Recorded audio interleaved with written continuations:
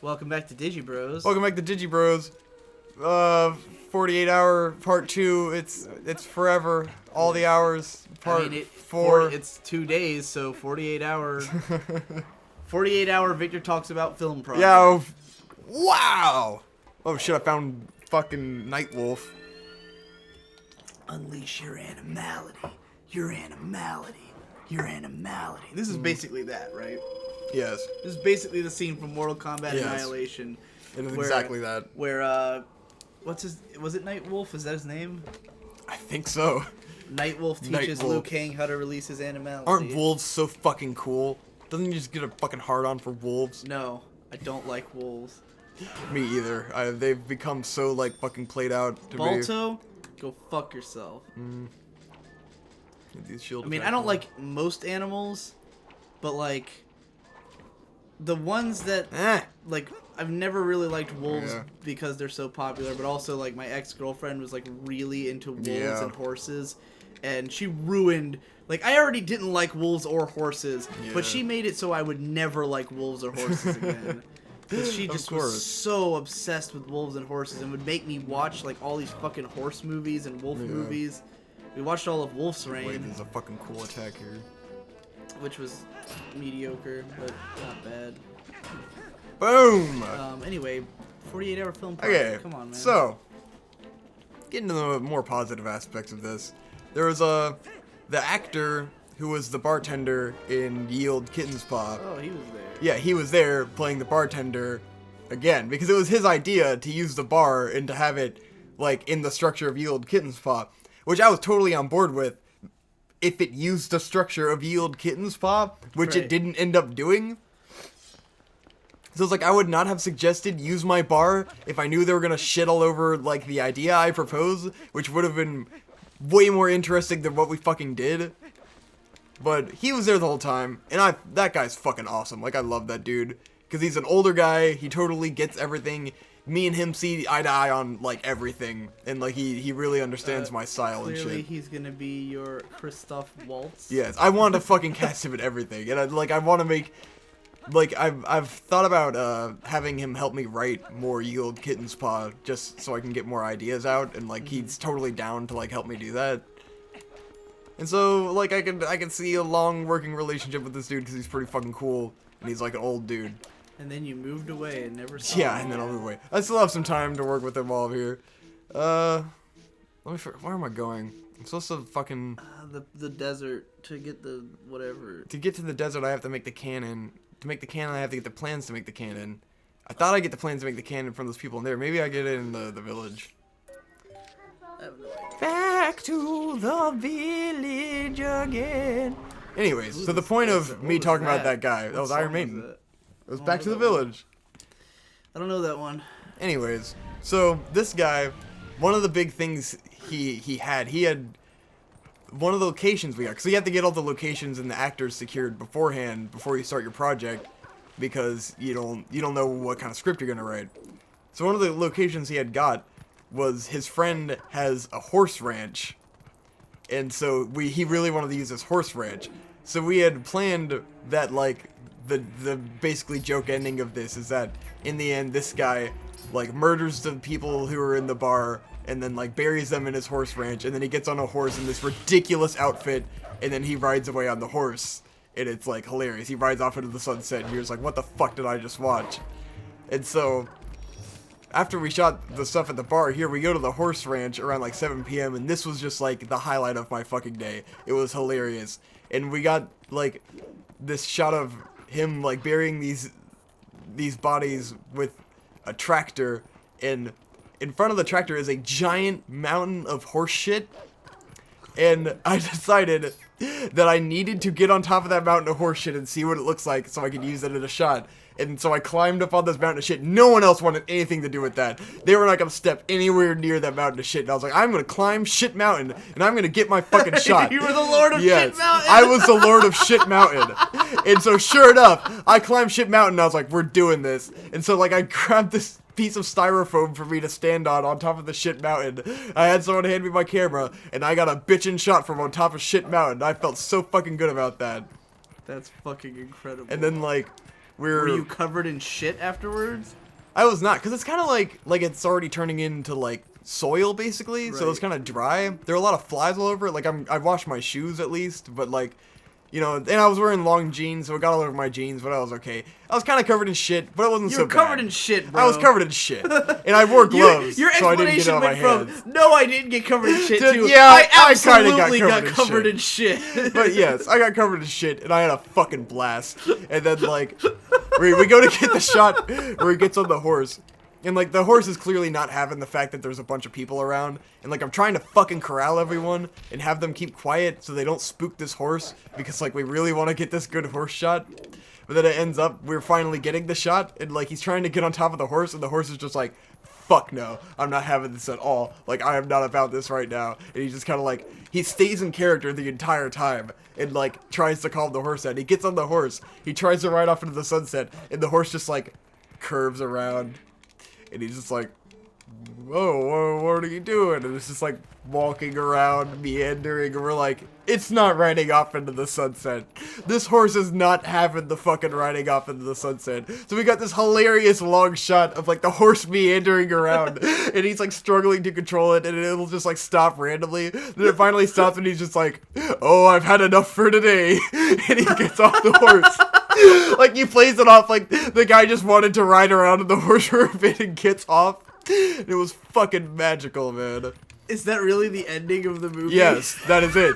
And like, some of the people were just like, oh, you know, it's not good. Oh, we didn't get the good shot. And I was like, that is fucking perfect. And at least the editor was also just like, that is amazing. That is so hilarious. And I'm just like, I don't give a fuck at this point. That was awesome. I am fucking keeping that. I'm gonna have a director's cut where I use the whole thing. Because he kind of cut it so it's like, it cuts towards the beginning of the horse walking around when it's like a full minute of this horse like dicking around. I'm like, I want to release like just the full scene. And he gets on the horse. He's wearing a bathrobe that is open with no shirt on and boxers and long colorful socks. So he's like this ridiculous fucking like outfit on this fucking horse riding around. Like a Buffalo Bill outfit. Yes, Buffalo Bill. And it's fucking awesome. So that was the highlight of my day, and I felt pretty good about that. I'm like, even if this is total shit, at least I got to climb shit mountain and, like, see that stuff happen. Yep. Well, is that the end of the 48-hour film project? Yeah, I mean, we did editing and shit, and, like, I could bitch about people, but I don't care about all that. Yeah. I think it's too specific and not a fun story anymore. I'm trying to distance myself a little bit from some of the negativity and shit talking I do, because I do so much shit talking. I used to do a lot more shit talking too during the school year, and then like I started to realize like I do too much shit talking, and it's gonna bite me in the ass. For me, it's all on Celestia Radio Pub Crawl, and I'll talk shit about like all these pony people who I've had a problem with for a long time, but like almost all of them I haven't had any real run-ins with for like ever. You know, I'm like still shit talking the same points to like any new people who haven't heard it. And like there's this dude FNGR who's one of the pub crawl, the guy who bought us the drinks. And like he loves all the shit talking, and he loves to start shit. So he'll like exactly, because some people like it, and then it's fun. Well, that's the thing. He likes taking clips from the pub crawl where we shit talk people and showing it to people. So like he's like a lot of me shit talking Dr. So Wolf, then the safe shit talking becomes unsafe shit talking. And then he tries to make it so now everybody knows I have a problem with Dr. Wolf. And then you're just like, okay, I was just venting to my friends. Right. And now the made whole point it like is that Celestia Radio Pub Crawl has like 30 listeners. Yeah. So, you know, like that's the whole point. Some people don't understand shit talking and that. He just like starting shit. Like he knows the motherfucker's 35. He knows. He likes starting shit, and he like considers himself like he has fun being the bad guy. Some fucking asshole. Yeah, but like, I mean, I was kind of okay with him, like, you know, like with him releasing certain stuff, but I'm like, I'm not involved in the brony community anymore. I don't know these people. I haven't had run-ins with them in a long time, and even though they keep bringing me up because I come up in conversation among those fucking people all the time because they can't let it go. Yeah. But like, let it go, let it go. I don't want to keep shit talking these people and then somehow end up involved with them again. You know, like, leave me out of it. Yeah. Yeah, so like I'm trying to curb it because like the last pub crawl, I just like rehashed all of my shit talking about like a couple of the Brody people, and I was like, why am I then when you've done it the same times over and over again, you're just like, and like I used to talk a lot of shit about like Sergio and stuff, and then like now I know people who think he's cool, and I'm just like, it's not fun anymore because now I just feel bad about it when there's no one like to talk shit with, right? Like. People used to also have a problem, and now I'm just like, I don't really have a problem anymore, so now I just feel like shit. Not fun anymore. And a lot of times I'm just venting anyways, and some people don't understand that. Misadventures of a shit talker. Yeah. As Earl Sweatshirt said. Even though it was refreshing that I had, my friend Craig has been back in town, which people have heard about Craig throughout. Oh yeah, like, what the hell? I didn't know he was like...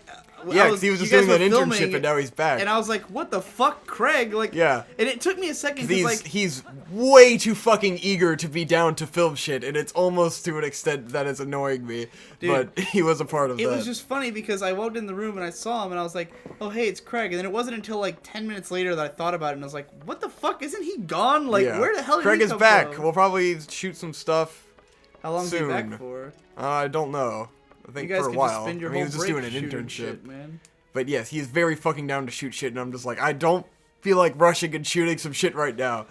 Well, hey man, like to spend my time on things. Forever that when you have this like 4-month to 2-year-long break, that we should totally do 4 stuff 4 month to 2 year together. Oh yeah, he wants to do Digi Bros too. Oh really? And we might do Halo 3 because he has that, and we tried to do it before. So we might do a Halo 3 playthrough with Craig. Well, I can be glad fun, but you told me about it. No, I wanted to make sure you were cool and like find like an actual time to do it. Any day that's not the 25th, because I have plans on the 25th. Now we can build the thing. I'm gonna be on a manga podcast that I completely forgot about. Oh right. So they invited me like 2 months before the date. And I was like, you're going to have to remind me closer to the date. Then they reminded me a couple days ago. I was like, good thing you reminded me closer to the date, because I completely forgot. Of course. Anyways, there was an actual point I was going to make about Craig being back. But it was because this group of people I've been, I did that film with are really tight. And, like, they all really like each other. And so it was great to have Craig there, who doesn't know any of them except for me. And so, like, I drove him out to this horse farm, and he was just down to talk shit about everyone the whole time. And I was just like, oh my god, thank you for being on the same page as me and having the same problems. Because I was just going to be totally nice about it and not really care, because, like, I know these people. But then it's just like, Craig was just like not having that shit. I was like, oh, thank you, Craig. Thank you for making me feel like I'm not crazy and that these people really do kind of fucking suck. Craig, you a good man. That was wonderful. Bin Laden was a badass. Shit, here we go. Bin Laden was a man who liked his grass. Bin Laden, you'll be in our memories. Bin Laden, you've always been a friend to me. Not a drink again. Well, we're almost done with this episode. Yeah, you really we still have a couple minutes left. really slowed me down with that Bin Laden shit. I thought you were done. Anyways, let's go to the fucking desert, bitch. Boom. On the level of shit talking, because I was talking about that cinematographer girl who was my shitty DP. You were just shit talking her. Yes, I was just shit talking her, and I'm gonna keep shit talking her because, in spite of everything you just said about shit talking too much, and it's not as much about shit talking her. It's about shit talking an idea, because she is a person who I hear people say a lot about her, that they love the fact that she is a female cinematographer and that you don't see a lot of those. Oh yeah, you were telling me. And this bothers me because, I see her getting work and, like, she's never good, and it feels like she's just getting opportunities based on the fact that people like that she's a female cinematographer, even though she's not good. And that really bothers me, because I know another female cinematographer who's really fucking good, and she totally deserves any work she gets, and I hope she gets, like, I totally see her, getting really far in her career, whereas this other girl is kind of worthless, in my opinion, and she's not reliable, she doesn't do a good job, so why the fuck do people like her, It's just kind of making a bad name for what she is. It just bothers me a lot. And I feel like that probably happens in other aspects too. Controversial statements. Yeah, it's controversial statements. But it's fucking true. Well, you don't know that. Maybe she did some good work for somebody. She didn't even know about cameras, man. It's like, how are you gonna be a DP? You don't fucking know anything. Like, what's wrong with you? And she was the cinematographer on that one thing I made where I was the lighting guy for the Play Innocent, which I'm pretty sure I showed you that. And it's just like this awful fucking stupid suspense story. Here's the question. But it's like the same team of people who made that. Are there any other people who you see getting way too much work that they don't deserve it? I don't even know if she gets way too much work. It's just that this group is together and this group uses each other all the time, even though nobody in the fucking group is good. Right. So I don't know. Like, is it that she's getting a lot of work because she's a woman, or is it that she's getting a lot of work because she's friends with them? I think it's because she's friends with them. But then it's just weird that they always bring that up. Like, she's the only one who's like the girl doing this thing. I think it's more that she's a member of this group of friends, and they're all like, oh yeah, well, like, yeah, Bobby over here shot this one great scene, and she's a girl. That's interesting. Like, it's almost like that's what it is. It's just like, you're not good. Why do you... Well, you've now shit-talked. Yes, I have shit-talked. Even more. Next time on Digi Bros. I need to shit-talk. It fuels me. Hey, man. We had that, like... I feel like we were raised... On the topic of shit-talking, let's let this go a little bit longer. I feel like we are raised on shit-talking. Because our mom shit-talks like crazy. And, like, it didn't occur to me until like out of high school that most people don't shit talk to the extent that we do. Like, we are really just. About that. I feel like we're very ready to shit talk. I don't know about most people. It's only when I meet people who really genuinely don't shit talk, and I'm just like, I didn't know that was a thing. I don't know anyone who doesn't shit talk constantly. I know zero people who. I met a few people in college who don't shit talk, and I was just like, I was trying to talk some shit, and he was just like, I don't really talk shit about people. And I was just kind of like, oh. Never mind. I don't know what to talk about now. That's not a real human being. Yeah. I've not met anyone. I mean, some people really try to be positive and don't shit talk, and that is the only person I can think of who I don't think would shit talk are people who I shit talk constantly. Yes, exactly. Assholes. But yeah, everyone I know, like, I feel like 80% of the conversations I've had in my life are shit talking. Exactly. I mean. The saddest thing about our group of friends right now is that we lost the guy who we all shit-talked about because we shit-talked about him so much that nobody could take him anymore. We kicked him out of our group of friends. I did. Yeah, Victor specifically kicked him out of the group. Yes. And we still shit-talked about him for like 6 months afterwards. Yes. We finally... I mean, we still do when the topic comes up, but like... Yeah. But I just try not to. I don't really have any shit talking to about the rest of our friends. They're all pretty fine. Yeah, they're all awesome. I shit talk Trevor in terms of like he's over here too much, but it's not that big a deal. Like, but Trevor's cool. We like Trevor. Yeah, we don't really have any friends who like are around all the time who we shit talk all the time now, which is why I now shit talk people on the internet instead. Dude, this is a fucking cool ass segment coming up. I mean, so, like, be prepared for me to be like, fuck yeah. of everything the Horseshoe Crew does is shit talk people. Anyways, that's it for this episode of Digi Bros. Alright, next time we're gonna fuck shit up in the desert, cause hell yeah.